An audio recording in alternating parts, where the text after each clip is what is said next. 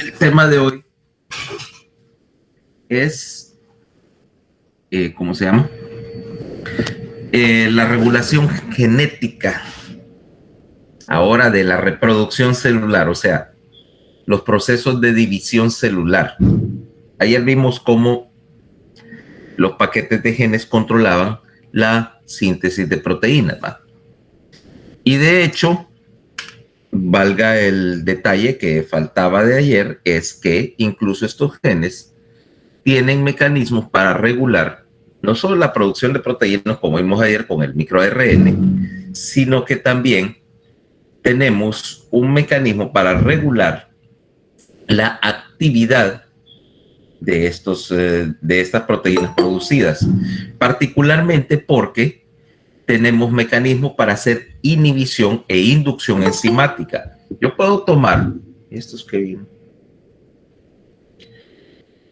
yo puedo tomar una proteína producida, una enzima, por ejemplo, y activar otro gen que regule la producción, por ejemplo, de un inhibidor enzimático, o regular la cantidad de enzima que estoy produciendo. O sea, una cosa importante acá, cuando regulo la actividad celular, es que muchos de los procesos en una célula tienen que tener alguna manera de limitar el ritmo, ¿no? O sea, decir cuánto voy a producir de X en una sustancia. Y la mejor manera es regulando la cantidad de enzima que produzco. Vaya, tomemos el caso. Yo tengo, por ejemplo, para producir ATP a partir de X sustrato, el sustrato siempre va a estar. Glucosa, siempre hay glucosa. Las agua y demás cofactores siempre están ahí. Entonces, ¿cómo regulo la cantidad de ATP que produzco? Bueno, si todas las reacciones dependen de una serie de enzimas, yo puedo poner un paso en el cual la enzima, hay una enzima crítica, lo que llamamos el paso limitante. Y ese paso limitante implica, digo, si yo produzco X cantidad de una enzima, mientras más produzca, más facilito la reacción. ¿Y cómo reduzco la velocidad de esta reacción? Como es relativamente difícil destruir las moléculas de enzima que están produciendo, pero sí puedo señalizar para producir un inhibidor que bloquee la enzima. Y al trabar la enzima, digo, bueno, mientras tengo un inhibidor puesto, esta reacción no se regula. Si tengo 100,000 moléculas de la enzima, pero produzco un inhibidor en cantidad suficiente para decir, ok, voy a bloquear 50,000 de ellas, reduje la tasa de la reacción a la mitad. Es más fácil, en términos de regulación de la síntesis, controlar una sola enzima, que es la enzima crítica, la limitante, la que me regula el paso de la reacción, inhibiéndola selectivamente o aumentando la velocidad de reacción, produciendo más de ella. Ahora, salvado ese detalle que se me olvidaba ayer, veamos el asunto de cómo se regula la proliferación de las células, ¿okay? Tanto en un sentido positivo como en un sentido negativo. Ya mencionamos que tenemos una serie de mecanismos una serie de mecanismos genéticos que permiten la división celular y que el número de células, ya habíamos hablado del mecanismo, por ejemplo, como la inhibición por contacto para limitar el número de células, o la estimulación por X factor que induce la copia de ADN y por lo tanto la división celular. Ahora, en términos normales, tus células, en condiciones estándar, no se están dividiendo continuamente, con la excepción, obviamente, de las células reproductivas, ¿ok? Y de algunas células que son, por así decirlo, descartables, como las células cutáneas, que sí pasan en algún proceso de división que es relativamente constante, pero incluso estas células pasan más del 95% de su tiempo en lo que vamos a llamar estado de interfase, ¿okay? O sea que hay un ciclo celular en el cual tenés un periodo largo en el cual la célula no está activamente dividiéndose y un periodo corto medido en horas en el cual estas células salen de interfase, empiezan a copiar ADN y hacen todos los procesos de mitosis, ¿okay? Todos los procesos relacionados con, con lo que vamos a conocer como mitosis. Ahora, supongo que ya todos ustedes en algún momento vieron en clase también los conceptos básicos relacionados con la división celular, tema de hecho de biología desde el colegio, ¿eh?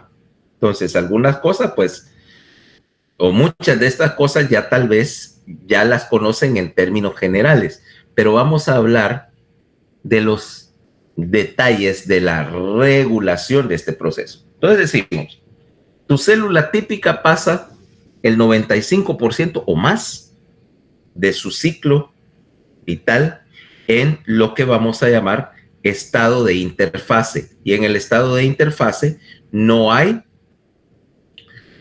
como decíamos, ninguna copia de ADN. ¿Okay? Básicamente el suceso va a ser que no hay. Entonces, incluso las células que se dividen más rápido, ponerle las células cutáneas, su ciclo celular entre el inicio de una división celular y el inicio de la siguiente, o sea, proceso completo de interfase más copiado, puede ser de tan poco como unas horas, entre 10 y 30 horas, ¿ok? Mientras que otras células tienen ciclos vitales más largos. Por ejemplo, células que se reproducen lentamente, caso, por ejemplo, de células funcionales en el riñón o en el hígado, donde los ciclos celulares pueden durar meses, ¿okay? O sea, puede estar meses en un estado de interfase y solo copiarse, ya sea en un periodo largo de tiempo o cuando son estimuladas por algún X factor que les dice que salgan de interfase y entren en los procesos mitóticos. Y por supuesto las células terminales que en teoría, por lo menos, nunca salen del estado de interfase. O sea que el primer detalle que tenemos acá es que células, por ejemplo, la mayoría de las neuronas, ya sabemos que no todas, la mayoría de las neuronas, la inhibición de la división celular ocurre porque básicamente se bloquean los genes que inician la mitosis y entonces trabaja la célula en estado de interfase. ¿Está? ¿En vez? Yo pudiera quitar esa inhibición y empezar a dividir las células, pero en una línea terminal generalmente eso es una mala idea. Ahora, el proceso en sí de la mitosis es bien rápido, toma unos 30 minutos la división de la célula en sí, pero los procesos que preceden a la mitosis toman varias horas, ¿ok? O sea, la división en sí tiene que ser precedido por el primer punto, que es la copia del ADN. Veamos qué es lo que está pasando. El primer paso para copiar ADN va a ser, obviamente, activar el mecanismo de duplicación de ADN, y esto ocurre unas 4, 5 horas antes de que ocurra el proceso físico de la mitosis.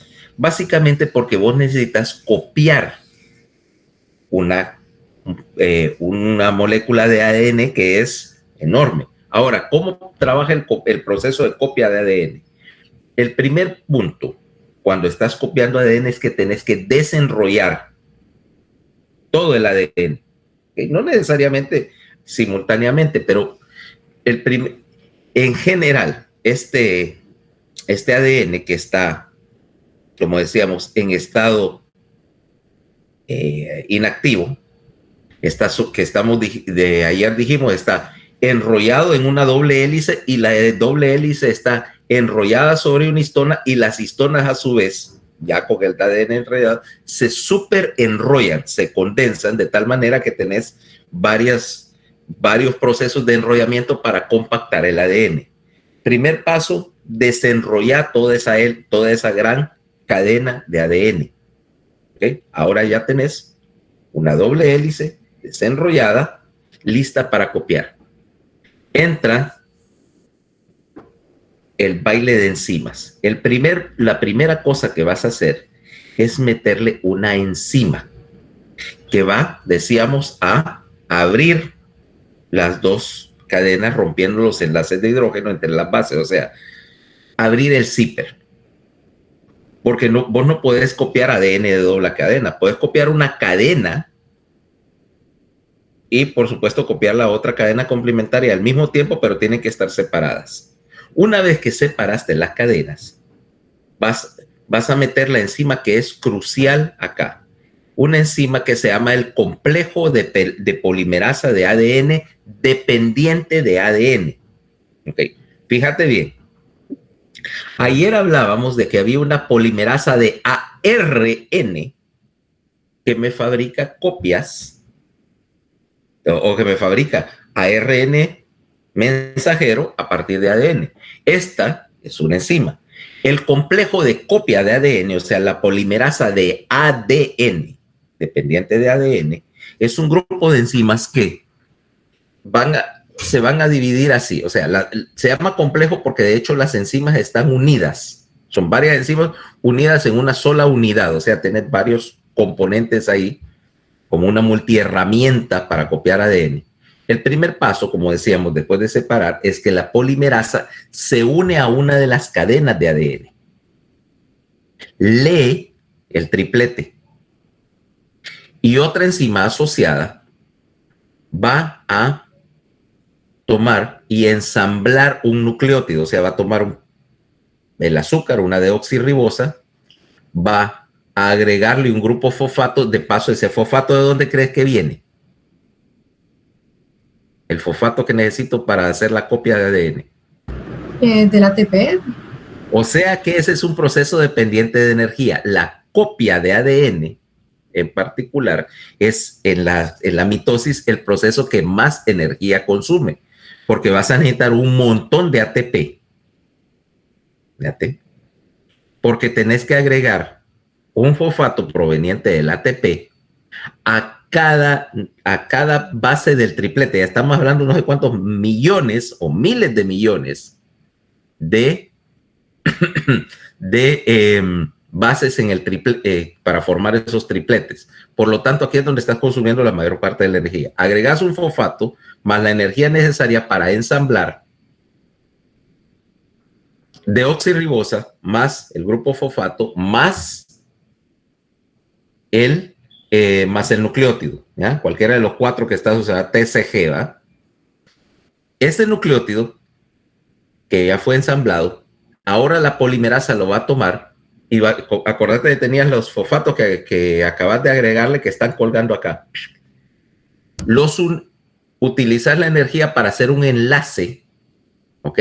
Del esqueleto del ADN y agregar un nucleótido más a la cadena que está formándose. Luego, el complejo de polimerasa avanza un espacio y repite el proceso y así sucesivamente hasta copiar todo el segmento de ADN. Ahora, en la vida real, obviamente que no vas a hacer una copia, no vas a hacer una copia de uno en uno. De hecho, ese complejo, espérate, me falta otra parte. Como estoy diciendo, estoy haciendo un segmento de ADN y necesito otra enzima más, aparte de la polimerasa, la ligasa de ADN. ¿Por qué? Porque suponete que yo pusiera, vamos a ponerlos a ustedes y les voy a poner un trabajo. Van a copiarme la fisiología. No usemos la fisiología para eso. Vamos a ponerlo con un trabajo muy histórico, ¿ok? Van a jugar a ser monjes medievales.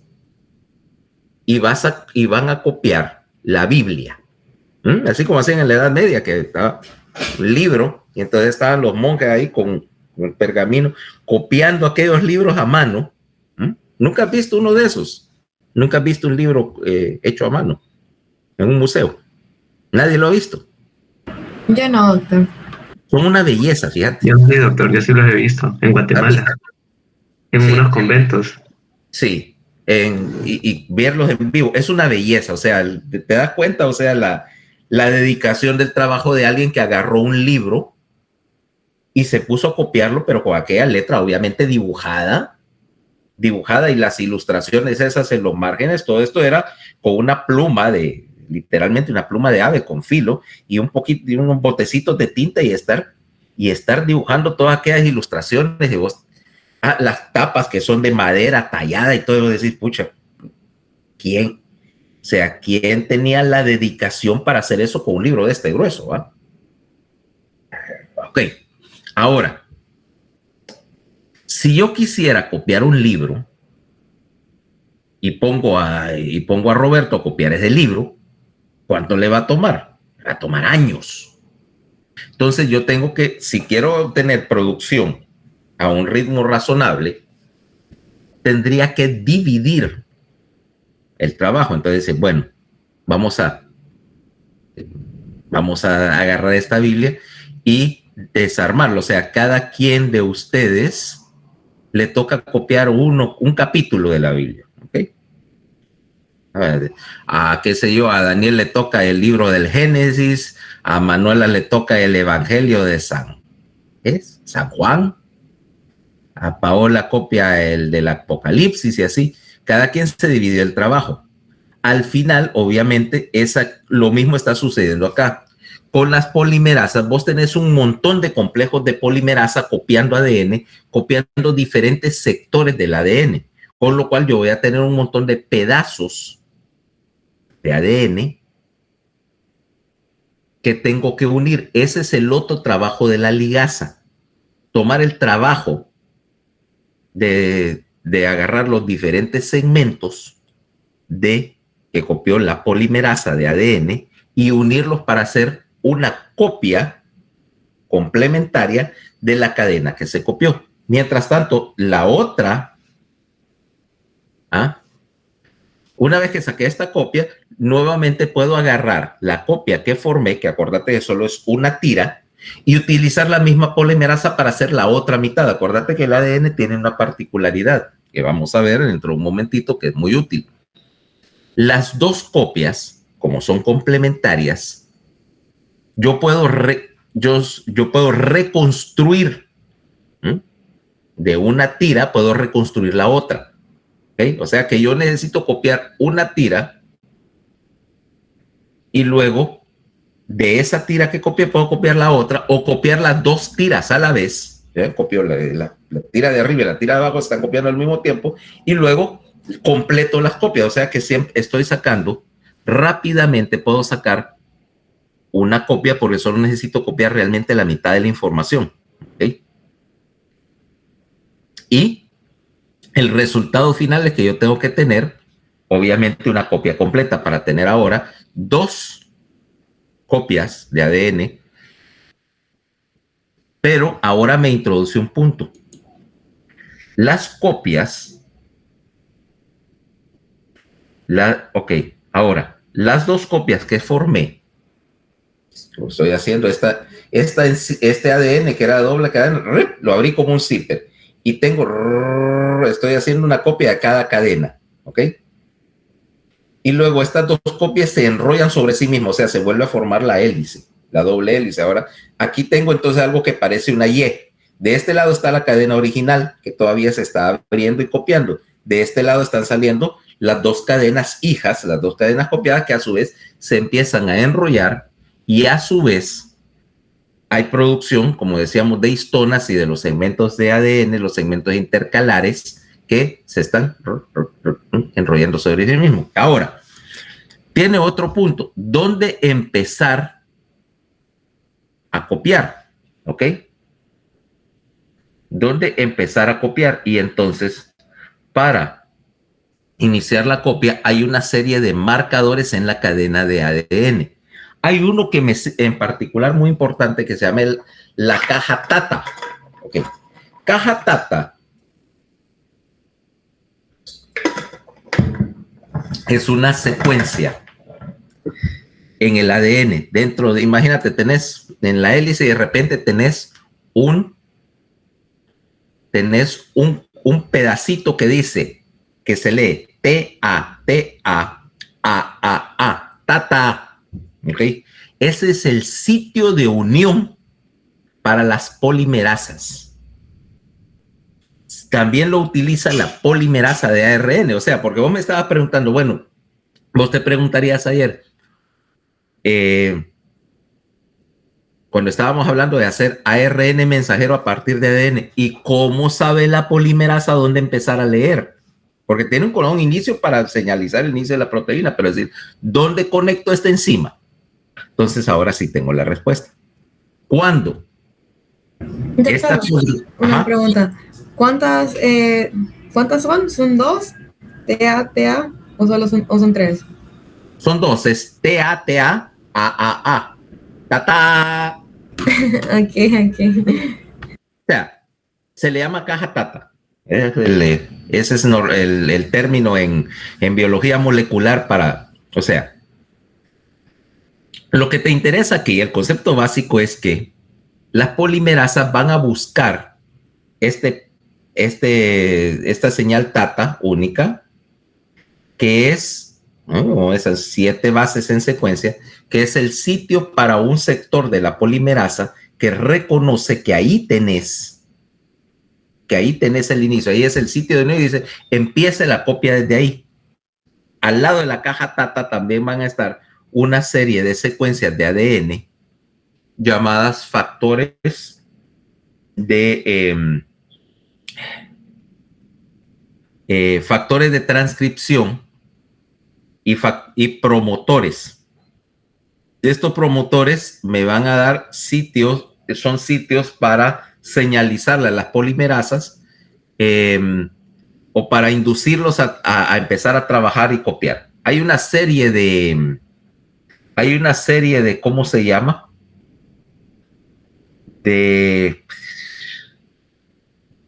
secuencias que me señalan la transcripción. Okay. Ahora, que estamos hablando de la copia de ADN. Ahora el problema es que como vos tenés un problema cuando estás copiando algo, puedes introducir un error de copia, ¿va?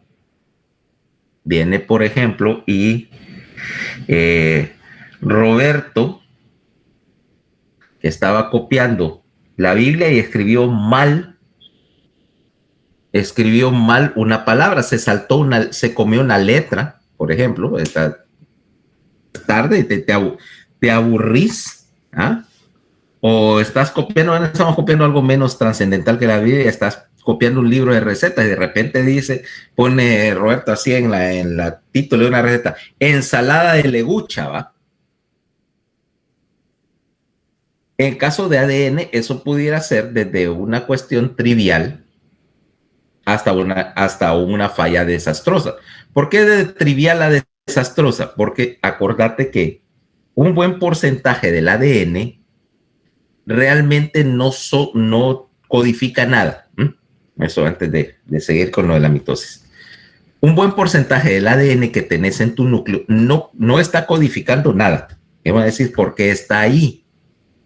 Bueno, porque necesariamente necesitas espacios entre los capítulos. Y estos genes, estas secuencias no codificantes de ADN, básicamente lo que están actuando es entre otras, me están actuando como espaciadores entre diferentes genes. Por ejemplo, aquí tengo el gen para fabricar que sea fosfofructoquigrasa, codón de stop, secuencia no codificante, espacio. Y aquí tengo otro gen para producir, qué sé yo, la cadena alfa de la hemoglobina. ¿Están?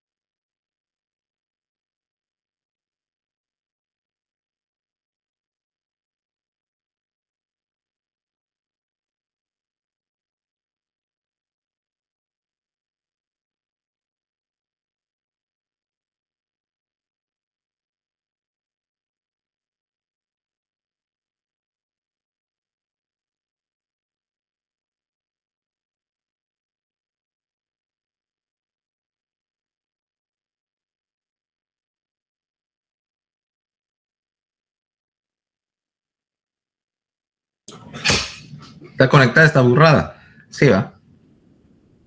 Sí, doctor. Vaya. Entonces, bueno, el problema, como decíamos, era que tuvieras errores en la copia. Y como te decía, parte de la secuencia de ADN que estás copiando, alguna puede ser importante porque está codificando cosas como proteínas estructurales críticas para la célula. Otras tienen estas secuencias no codificantes que, aparte de ser los espacios entre los genes, por así decirlo, también tienen secuencias que son, por ejemplo, secuencias promotoras, secuencias reguladoras y lo que más importante, un sistema enzimático. Por ejemplo, tomemos en nuestro sistema de, qué sé yo, del ciclo de Krebs y que tiene 8 enzimas. Ahora, las enzimas que copian que están copiando, que vas a copiar los planos para enzimas, no necesariamente están en el mismo cromosoma siquiera. Entonces, pudiera ser que la secuencia de la enzima A, en ese yo, la cisaconitasa, está en el cromosoma 6, pero el ADN para codificar la fumarasto-reductasa, que es parte del mismo ciclo, está en el cromosoma 19. Tenés una secuencia ahí que de alguna manera le señaliza al núcleo que tiene que iniciar la copia en otro sitio. ¿Ok? Downstream, bien lejos. Entonces, alterar esas secuencias, por ejemplo, aunque los genes estuvieran, para las enzimas en sí, estuvieran en perfecto orden, te altera toda la secuencia porque no sabes dónde buscar la siguiente secuencia que copiar. O sea, si rompes el índice de un legajo de planos de ese tamaño, nunca vas a encontrar nada. ¿Ok? Entonces, necesitas un proceso de corrección de errores, porque una mutación, o sea, un cambio, cambiaste un nucleótido y ensamblaste equivocadamente el nucleótido, pusiste uno equivocado y el gen ya dice otra cosa, codifica otro aminoácido y esta proteína ya es diferente. Y diferente generalmente quiere decir defectuoso. Ahora tenés 2 mecanismos básicos para corregir errores. El primero es que, como las cadenas de ADN son complementarias, si vos metiste un nucleótido equivocado, este no va a enlazarse, este no queda, o sea, la hélice no cierra. Y entonces tenés una serie de enzimas que van siguiendo a la polimerasa, enzimas que cortan, que son capaces de cortar y sacar un nucleótido de la cadena. Imagínate, de la cadena, corta, saca y lo reemplaza. Ese tipo de enzimas que cortan ADN se llaman endonucleasas, ¿ok?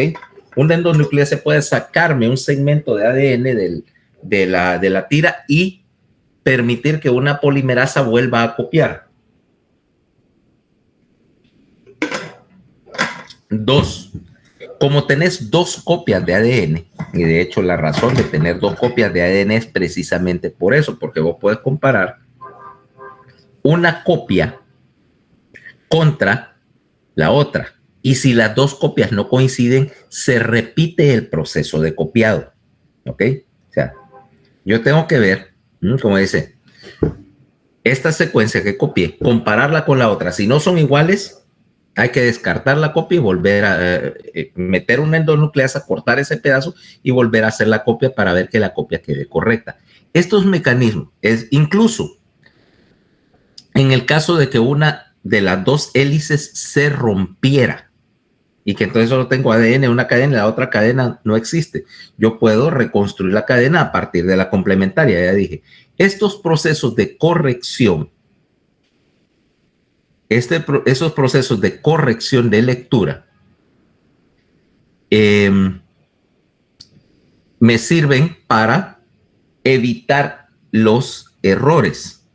Porque imagínate, si cada vez que dividís una célula entre y tenés no sé cuántos, son como 3.5 billones de bases en tu genoma, y necesariamente un error en 3.5 billones no es difícil de concebir. Ahora, Con estos mecanismos de corrección evitas, porque si no, eventualmente todas las células, después de un plazo relativamente corto, tendrían mutaciones. Y ya dijimos qué es lo que pasa cuando vos introducís mutaciones a lo loco. La mayoría son nocivas y podés tener desde una mutación inofensiva, vaya, que te da variedad. Por ejemplo, ¿por qué crees que apareció en algún momento cosas como, qué sé yo, los pelirrojos? ¿Ok? Los pelirrojos probablemente tenían hay dos genes, por ejemplo, para el color para la melanina. Si tenés los dos, sos de cabello negro, ¿eh? Pero en los pelirrojos un gen mutó y dejan de producir una de las dos variantes de melanina, entonces solo te sacas el color rojo. Es una mutación, pero es una mutación relativamente inofensiva, o sea, no creo que te vaya a pasar nada físico por ser pelirrojo, excepto que te van a bullear a lo loco en la escuela, ¿va? ¿Ah? Porque seguro, o sea, todos los pelirrojos, a todos les ponen el clásico apodo tradicional, vaya, de cabezas de fósforo, pero bueno, ese es inocuo. Y esas mutaciones normalmente pasan a la siguiente generación, no representan daño, pero pudieras tener mutaciones más dañinas, por ejemplo, una al gen de la hemoglobina, caso, por ejemplo, de la hemoglobina S y la anemia drepanocítica, en la cual tenés una hemoglobina anormal, que es transmisible, porque básicamente necesitas una serie de circunstancias específicas para que te afecte, y entonces si haces una crisis drepanocítica. Y sobrevivió porque aparte de las grandes desventajas, tiene una ventaja específica. Pero no me voy a meter en ese capítulo hasta que no hablemos de sangre y anemias y hemoglobina. Okay. O mutaciones terribles. ¿Qué pasa, por ejemplo, Paola, si tuvieras una mutación en el gen de una enzima necesaria para el metabolismo? ¿Qué sé yo? Una de las enzimas que codifica, por ejemplo, de las transaminasas, de las aminotransferasas hepáticas, y tus aminotransferasas hepáticas no funcionan. Normalmente ni siquiera llegarías a nacer. Entonces, estos mecanismos de corrección de ADN son necesarios antes de hacer toda copia. Una vez que sacaste la copia corregida, ¿ok? Estamos hablando que unas 4 o 5 horas antes de la división celular, entonces el ADN va a empezar a enrollarse y a super enrollarse, ¿ok? Estos, ¿cómo se llama? Esta ADN se va a super enrollar para formar tu cromosoma, o sea, tu cromosoma típico. Y fíjate bien, los cromosomas, solo permíteme. Ese calor. Encender ese aire. San Pedro, siendo San Pedro, estamos apenas a 3 de febrero y ya empieza a hacer calor en la oficina. Bueno, entonces, estos cromosomas, que en el caso del humano, en nuestro caso, tenemos 46 cromosomas, ¿va? 22 pares de cromosomas somáticos y el par 23 que es, ¿cómo se llama? Que es X o Y, ¿va? Según sea el caso. Ahora, estos cromosomas representan la condensación del ADN. En circunstancias normales, si yo tomo el núcleo de una célula en interfase, yo no voy a ver un cromosoma, porque el ADN está solamente enrollado, pero no súper condensado. El cromosoma no es más que la condensación del ADN en una forma que sea lista para dividirse, ¿ok? Y el número de cromosomas es constante para cada especie, pero no tiene nada de especial, ¿ok?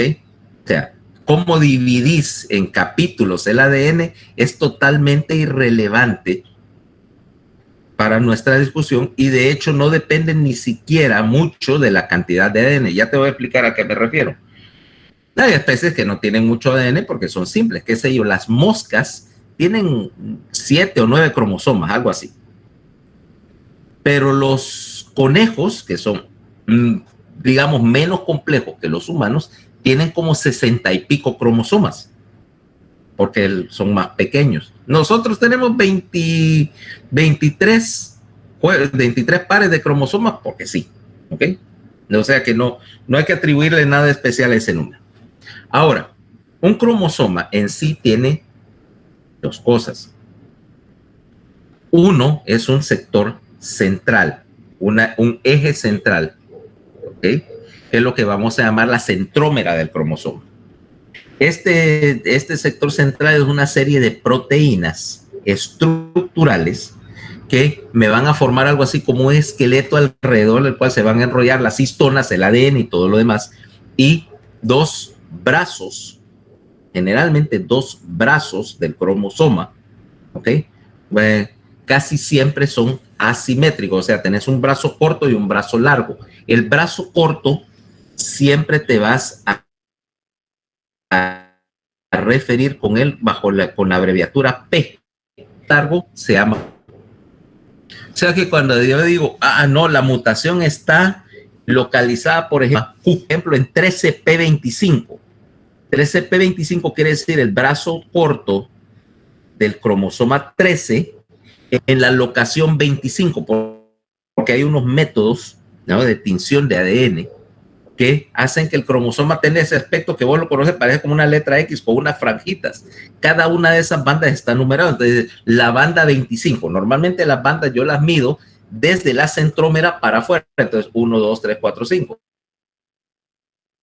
Y 5, ok, está en la medida del centro. O sea que la idea de la catalogación del genoma implica todo eso. Ahora ya tenemos más o menos un mapa genómico que dice dónde están, por lo menos algunas de las funciones en los cromosomas. No está completo, ¿ok? La investigación, o sea, se logró secuenciar el genoma completo del humano. De hecho, hay varias secuencias completas y un banco de datos, pero todavía se está trabajando porque no sabes exactamente dónde están todas las secuencias de todos los productos que están codificados ahí. Básicamente eso toma un montón de tiempo y trabajo. Secuenciar ADN para encontrar para leer el plano y saber qué parte del plano codifica qué cosa, es un trabajo grandísimo que implica generalmente un montón de tiempo de computadora. Y un montón de deducciones lógicas, ¿no?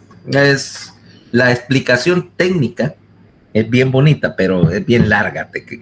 Yo no me la sé todavía. Yo tengo más o menos una idea cómo hacer cómo se hace la secuenciación genética. Nunca he hecho eso, obviamente. Yo no soy científico investigador, pero es una de esas cosas que algún día me gustaría probar a ver cómo se hace. Participar en una de esas cosas, pues me parece súper interesante estar descodificando acertijos genéticos, ¿no? Bueno, pero regresando al asunto, entonces ya una vez que tengo cromosoma súper enrollado, en un momento voy a tener esa forma característica, ¿okay?, de X, de 4 brazos agrupados alrededor del centrómero, y como todo el ADN se copió y se condensió en un cromosoma, va a haber un momento en que tengo los dos cromosomas, el original y la copia, unidos entre sí a nivel obviamente, de la centrómera. En ese momento se llaman cromátides, y esas cromátides son las que se van a dividir durante los eventos que vamos a hablar.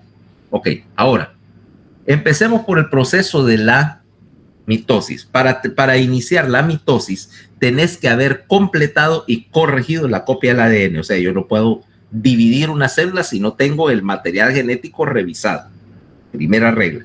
Y si vos parás la formación, la copia del ADN, parás la mitosis, ¿ok? De hecho, uno de los mecanismos de inhibición de la mitosis es dañar la copia del ADN que se está formando.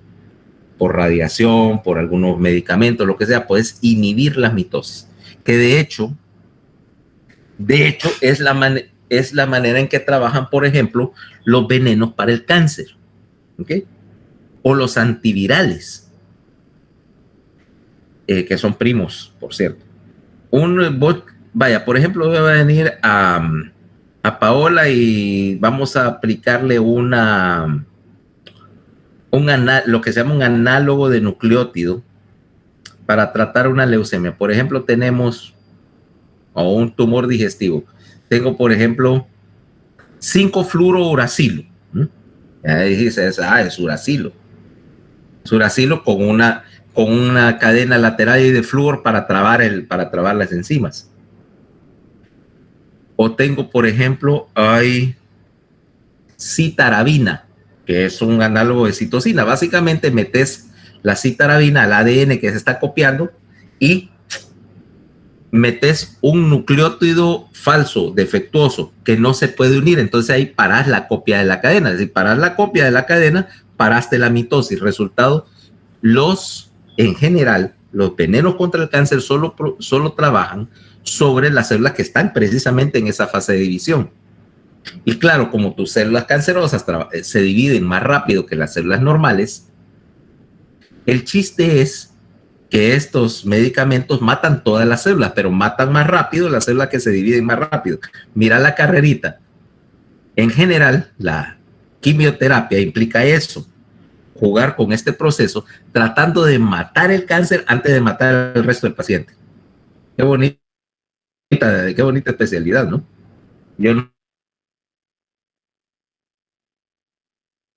Radioterapia, doctor. Porque yo puedo utilizar radiación ionizante para romper la cadena de ADN. ¿Okay?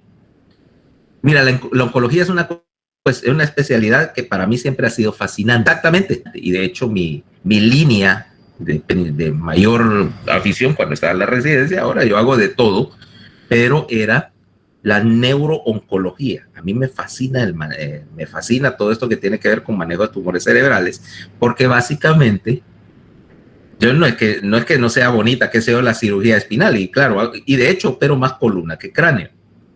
Pero bueno, son cosas que son más o menos estáticas, o sea, la patología está donde está y vos tenés que resolverla, pero con tumores, básicamente estás peleándote contra algo que sí puede meterte réplica, ¿verdad? Que sí se puede defender. Y ahí es donde viene, como que dice un poquito, el reto mental, ¿no? El reto mental de saber, bueno, ya, ¿cuál es mi estrategia con esta? ¿Cómo voy a atacar este tumor? Ya sea desde el punto de vista quirúrgico. Y los oncólogos médicos, los hematooncólogos, que tienen que hacer la parte de quimioterapia, que siempre me ha parecido fascinante, pero confieso, no lo sé hacer, nunca le he entendido del todo a cómo ellos arman sus esquemas, ¿no? Es algo de exótico, vos tampoco te lo van a enseñar en la facultad, ¿verdad? Esas son cuestiones medio especializadas, y realmente yo tengo una idea de algunos de los esquemas de cómo se usan, pero obviamente no me atrevería a prescribir una cosa tan peligrosa, ¿verdad? No estoy tan chiflado como para meterme a ver, pero bueno, entonces estamos en esa fase, ¿ok? Logramos hacer la copia a pesar de todo, chequeamos la copia y ya tengo todas las parejas de cromosomas unidas en forma de cromátides. Aquí es donde empieza el proceso de la mitosis. Todo este proceso va a tomar unos 30 minutos, a máximo 60. Entonces,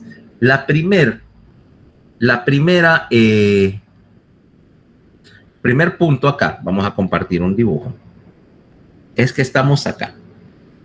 Permití.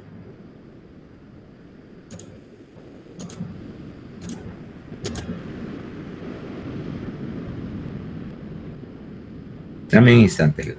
Ok, ahí estoy. Estamos en A.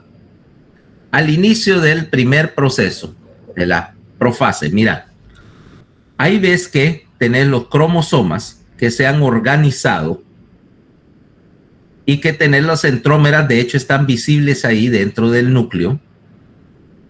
Y dentro del núcleo lo tenés todo el material genético ya condensado, y se están formando estas dos estructuras que ves abajo, los centriolos.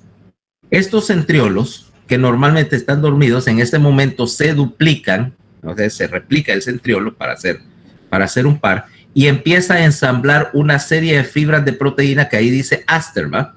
En forma de estrella.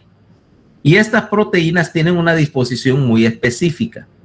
Son una proteína que es, número 1, es contráctil, y 2, son un ensamble de proteína que está dispuesto de esta manera. Permitir, ya te voy a explicar. Si yo agarro esas fibras del aster, se ven cortados, se ven así. La disposición de las cosas. Permitir.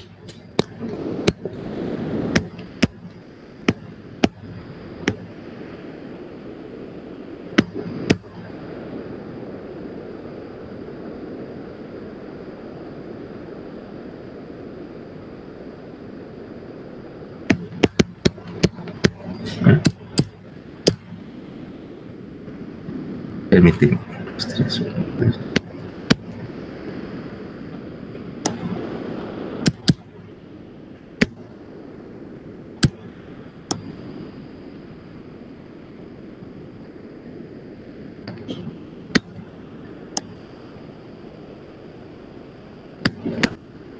Ok. Permíteme que te muestre dónde estoy. Ok, en esas fibras del aster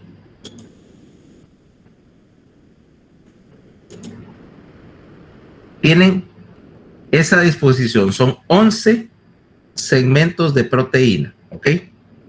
11 cadenas proteínicas, que es lo que estás viendo acá. 9 unidades dobles de proteína y 2 unidades grandes en el centro. Se llama este arreglo en el centriolo, en la fibra del aster. Estas proteínas son contráctiles. Y eso me vendrá a ayudar más tarde, ¿ok? Entonces, luego, estas fibras que están, vamos a cambiar otra vez la ilustración.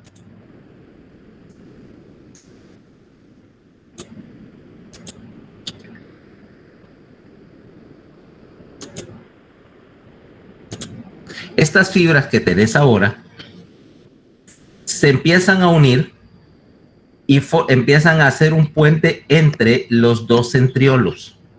Y los centriolos, B, a todo esto, ABC es profase, ¿ok? En C, mira hacia dónde están migrando los centriolos, hacia los polos de la célula. Y por lo tanto estiran las fibras de tal manera que al final de la profase voy a tener esto, el núcleo acá con el ADN, aquí están las cromátides, ¿okay? Tenés ya los cromosomas, esta es la centrómera, tengo las dos fibras del centriolo, los dos centriolos acá, en los extremos de la célula, y las fibras están, mira, puenteando al núcleo, y estas fibras se van a unir a las centrómeras. Aquí ya tengo uno, mira, un cromosoma agarrado por el centrómero en una fibra del aster. Aquí tengo otro, mira. De tal manera que al final de la profase, todos los cromosomas van a estar enganchados en una de estas fibras, ¿ok?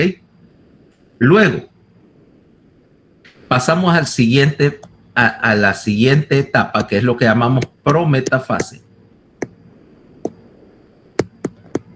Prometafase. En la prometafase, mira que las fibras se unieron. Acordate, esta es una cromátide y tengo dos cromosomas así, con el centrómero duplicado, ¿correcto?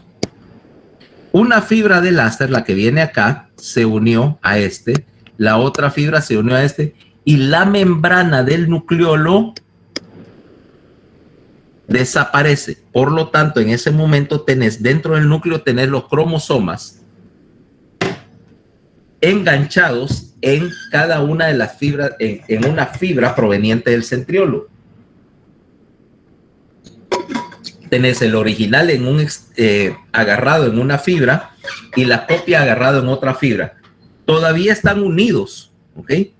Por el centrómero, pero esta unión se va a romper en este momento junto con la membrana del nucleolo que los está conteniendo, ¿ok? Entonces, en el siguiente paso, que vamos a entrar en metafase, se va a romper la unión, ¿ok? Se va a romper la unión entre las dos centrómeras, o sea, la cromátide se va a dividir en las dos copias. Acuérdate, tengo dos cromosomas. Este ya lo puedo hacer. Espera. Sí. Tengo dos cromosomas unidos ahí en la cromátide. En la metafase lo que voy a hacer es que voy a separarlo. Ahora ya tengo los cromosomas separados, pero están alineados a todo esto. Si yo tengo la fibra saliendo así de los centriolos, todos los cromosomas se van a alinear ahora, se van a separar y voy a tener el original y la copia frente a frente, alineados a lo largo de la línea media del núcleo. ¿Okay? Listos para separarse. Luego, una vez que ya llegué a este punto,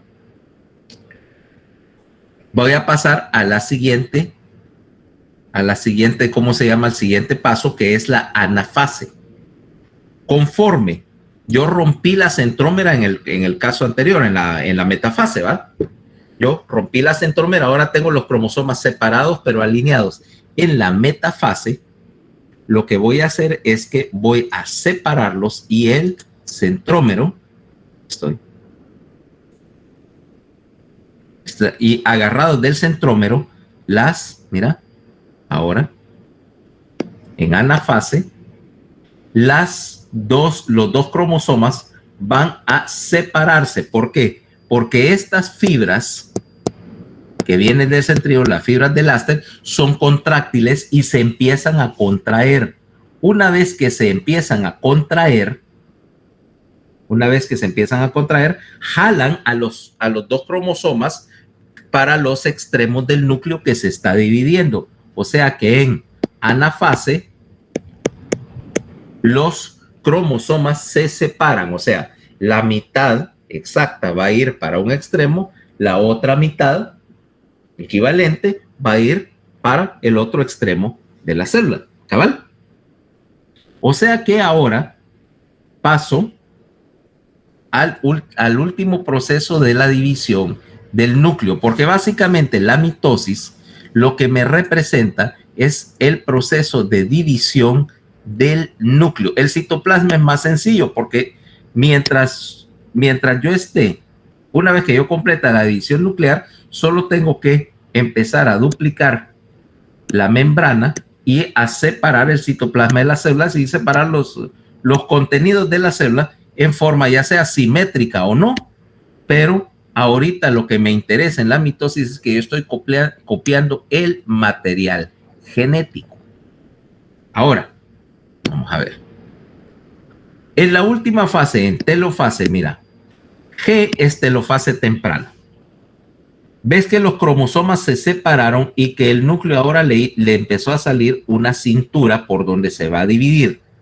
Al mismo tiempo que estos cromosomas se van hacia los extremos, se está formando otra vez la membrana, mira, del nucleolo para aislar al material genético que copiaste en dos componentes, en dos nucleolos separados, que es lo que pasa en H. Este es el final de la telofase, y al final de la telofase todo el material genético contenido en los cromosomas está ya encerrado y ves que tiene dos copias, cada cual en su nucleolo. Se va a dividir el núcleo y las fibras del áster que hasta ahorita estaban sirviendo como guía para la separación de los cromosomas empiezan a desintegrarse. O sea que al final de la telofase se desintegra el áster, el centríolo pasa a un estado inactivo nuevamente y ya no hay conexión entre los dos núcleos. Entonces, en resumen, para que inicie la mitosis, prerequisito, material genético completamente copiado. ¿Okay? Material genético completamente copiado. Primer paso, como decíamos, profase. Vas a duplicar el centriolo, condensar todo el material nuclear en cromosomas, formar el centómero, sacar las dos copias. Están ahorita unidas las dos copias del cromosoma por el centrómero, formando una cromátide. Más adelante, en la profase, se forman estas fibras de Laster, estas fibras contráctiles, y los centriolos empiezan a migrar hacia los extremos del núcleo, y las fibras en cuestión empiezan a puentear el nucleolo. Luego, en la prometafase, siguiente paso, la membrana del nucleolo se disgrega dejando sueltos a los cromosomas, y las fibras que vienen de los centriolos se unen cada una a uno de los dos centrómeros, o sea, del original y de la copia. Tercer paso, la metafase, todas las cromátides se van a alinear en la línea media, ¿ok? En la frontera entre los dos, entre los dos, donde van a estar las dos copias del núcleo, y se separan las dos copias la una de la otra, ¿ok? O sea, las cromátides se separan la una de la otra, o sea, ya no están unidas por nada. Por lo tanto, en la siguiente fase, en la metafase, las fibras del centriolo se contraen y jalan a los dos cromosomas hijos hacia cada extremo del núcleo. Por último, en la telofase se vuelve a formar la membrana del nucleolo para aislar las dos copias de los cromosomas. Se forma una cintura primero en el punto medio entre los dos nucleolos, que al final termina de separar los dos nucleolos, y las fibras de Laster, que ya no están cumpliendo ninguna función, se disgregan. Ahora ya tengo dos núcleos separados, ¿ok? Una vez que separe los dos núcleos, ya puedo separar el citoplasma y sacar dos células que salieron precisamente de esta, ¿cómo se llama? De esta división, y el proceso, otra vez la célula cae en interfase hasta que no haya una señal de tiempo o una señal de contigüidad o en estímulo que haga que se vuelva a dividir. O sea, este proceso lo puedes repetir y repetir y repetir, recordando que la mayor parte del tiempo de la célula lo estás teniendo fuera de su proceso de división. Ahora, viene el otro punto. Si ahí tengo un mecanismo para hacer proliferación celular, pero también voy a tener otro mecanismo para el control del número de las células, que es obviamente el caso de hacer lo contrario, o sea, hacer apoptosis, matar células que sobran, ¿ok? Y este no solo es un proceso, como vimos en algún momento antes, que no solo es un proceso morfogenético, ¿ok? Ya hablamos de los procesos de apoptosis como mecanismo para, por ejemplo, formar algo, ¿ok? Por ejemplo, la oreja, que empieza como una bola de tejido. Bueno, son seis masitas de tejido que se fusionan, pero lo que obtendrías es una masa ahí sólida, pero vos tenés que literalmente esculpir tejido para hacer todas las concavidades, y lo que haces es sencillamente matar células hasta obtener la concavidad que querés. O sea, hay muchas razones para hacer apoptosis, incluyendo no solo por procesos morfogenéticos, sino que, por ejemplo, tenés células que conforme envejecen van adquiriendo características de riesgo. Caso, por ejemplo, de los leucocitos. Ahora, vos tenés, por ejemplo, un leucocito y dice, bueno, estos tienen una vida media de tanto, 5 días, generalmente 7 días. Y vos te preguntas, pero ¿por qué van a vivir 7 días? O sea, y no necesariamente están muriendo de muerte natural, sino porque básicamente a los 7 días ellos se quitan del mapa. Y la razón es obvia. En el caso de una célula inmune, conforme envejece y dejara de exhibir, por ejemplo, los receptores y marcadores de superficie, pudiera que, como no tiene los códigos para identificar otras células, empezar a atacar células normales. Resultado, hay que quitarla del camino. Ahora, ¿cómo mato una célula?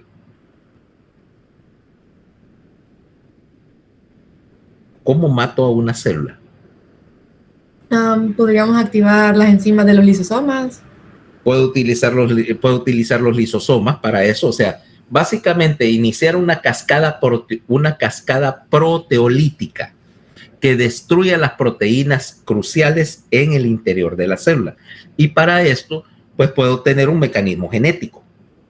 Suponete que tengo un estímulo específico. Tengo una señal hormonal, por ejemplo, que le dice a tales células que se suiciden. Esta señal, a su vez, va a trabajar igual que todos los señalizadores celulares, activar un gen específico, un gen de apoptosis en el núcleo. Este gen me codifica la producción de una proteína, de una enzima, más específicamente una enzima que se llama una procaspasa. Caspasa es una abreviatura. Es básicamente que quiere decir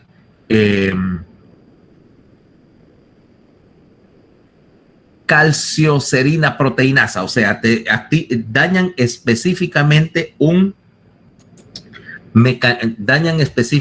un sector específico de la proteína y necesitan calcio como cofactor. Ahora mira lo que hace una caspasa. La caspasa se secreta en forma inactiva, como una procaspasa, ¿ok? Básicamente, si yo te voy a enviar a vos, qué sé yo, suponete, te voy a mandar una bomba para tu uso personal, o sea, una bomba marca Acme. Yo te la voy a mandar desactivada, o sea, por lo menos le voy a poner, no sé, alguna tapita al detonador de la bomba, vaya, para que si la botas o si la golpea en el transporte no va a explotar. Todas las cosas que son peligrosas dentro de las células se secretan, o fuera del organismo, todas las cosas peligrosas se secretan en la forma de su precursor y tienen alguna especie de tapón molecular que tenés que quitar para activarlo. Ok, las procaspasas, podés tenerlas incluso fabricadas y lo que regula la síntesis es del activador de la caspasa. ¿Okay? O empezar a secretar, generarla, pues, el código genético para que empiece a producirse la procaspasa y algún fenómeno dentro de la célula activa y la convierte en la caspasa. Ahora, aquí es donde viene la cascada. Obviamente estas caspasas lo que van a hacer es romper las proteínas internas de la célula. Pero a su vez, estas caspasas tienen una posibilidad. Una caspasa puede activar a otra caspasa. O sea, tengo una caspasa ya activada y aquí tengo la procaspasa, que es una variante inactiva de la misma molécula, y esta activa a esta otra. Entonces hago amplificación, estoy haciendo una reacción en cadena donde una caspasa activa a otra caspasa que repite el proceso y al final, en un periodo corto de tiempo, activas todas las caspasas. La caspasa hace dos cosas. Uno, destruye proteínas internas. Dos, efectivamente, activa a los lisosomas, rompe las membranas de los lisosomas y de los peroxisomas, si existen, para soltar el contenido de los lisosomas dentro de la célula, que es, en circunstancias no normales, sería algo definitivamente proscrito. Vos no querés que se rompa una vesícula llena de enzimas dentro de la célula porque va a dañar todo. Entonces, Las caspasas, aparte de amplificarse a sí mismas, también se amplifican generando una cascada de lisosomas. Al mismo tiempo, estas caspasas van a ¿cómo se llama? Van a ser un mecanismo inmune. Okay. ¿A qué me refiero con lo del mecanismo inmune? También van a alterar y dañar los marcadores de superficie. ¿Okay? Una caspasa puede tomar y romper los antígenos de superficie de la célula. Acordate que te dije, todas las células para poder coexistir en el organismo tenían que tener su placa de matrícula, ¿va? Su número de identidad exhibido en la superficie de la célula. Y la caspasa los quita. Como esa célula ya no tiene marcadores de superficie, básicamente es una célula indocumentada. Y el sistema inmune trata a las células indocumentadas de la misma manera que los rancheros de Texas tratan a los indocumentados, ¿va? Se abre la temporada de cacería de indocumentados. Entonces, básicamente, esa célula que fue dañada por la caspasa, si no se ha destruido, si no se ha suicidado, está de cualquier manera marcada para que un macrófago o una célula inmune la fagocite y la destruya. De hecho, va a favorecer muchísimo que sea destruida por un macrófago, básicamente para evitar que esta célula que se suicidó se rompa la membrana y suelte un montón de productos que puedan dañar a las células vecinas, ¿ok? O sea, en particular porque va a soltar caspasas que pueden atacar a otras células. Uno de los problemas que tenés con la apoptosis es precisamente esa regulación para evitar que una célula que está sobrellevando apoptosis no te haga una reacción en cadena que destruya las células vecinas. Y hay una serie de líneas de investigación porque este es uno de los procesos que en algunas enfermedades inflamatorias te causan más problemas. O sea, tenés una enfermedad inflamatoria que te activa una cascada de apoptosis y esta apoptosis descontrolada hace que se empiecen a destruir células y que dañen a las vecinas, que a su vez inician la destrucción y así sucesivamente. O sea, amplificas la reacción que daña tejido.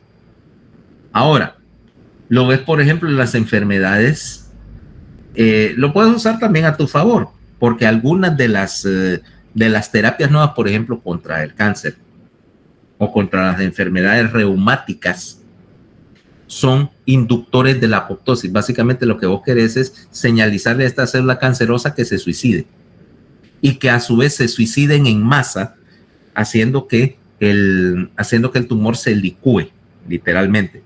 Tiene sus problemas, pero básicamente lo que querés acá, en términos simples, es que ¿cómo se llama? Que cuando haces apoptosis, tenés destrucción controlada, ¿ok? Controlada de las células mediante una cascada enzimática que rompe la maquinaria interna, que activa los mecanismos de destrucción propios de toda célula en contra de sí misma y que a su vez, y esto es la parte más importante del asunto, marca a esa célula para su fagocitosis inmune, para evitar que se rompa y que suelte los productos. Siempre en un proceso de apoptosis hay un proceso de marcación inmune, ¿ok? ¿Alguna pregunta hasta ahora? Vamos bien. Ok. Entonces mañana la clase está en video ahí, metabolismo intracelular del calcio se llama, y hay un documento en el campo virtual. Voy a compartir aquí para que vean cuál es. Permítanme.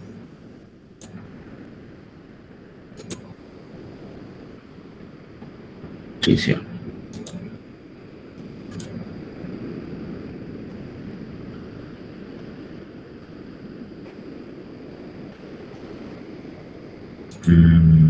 ¿Dónde estoy? Espérame.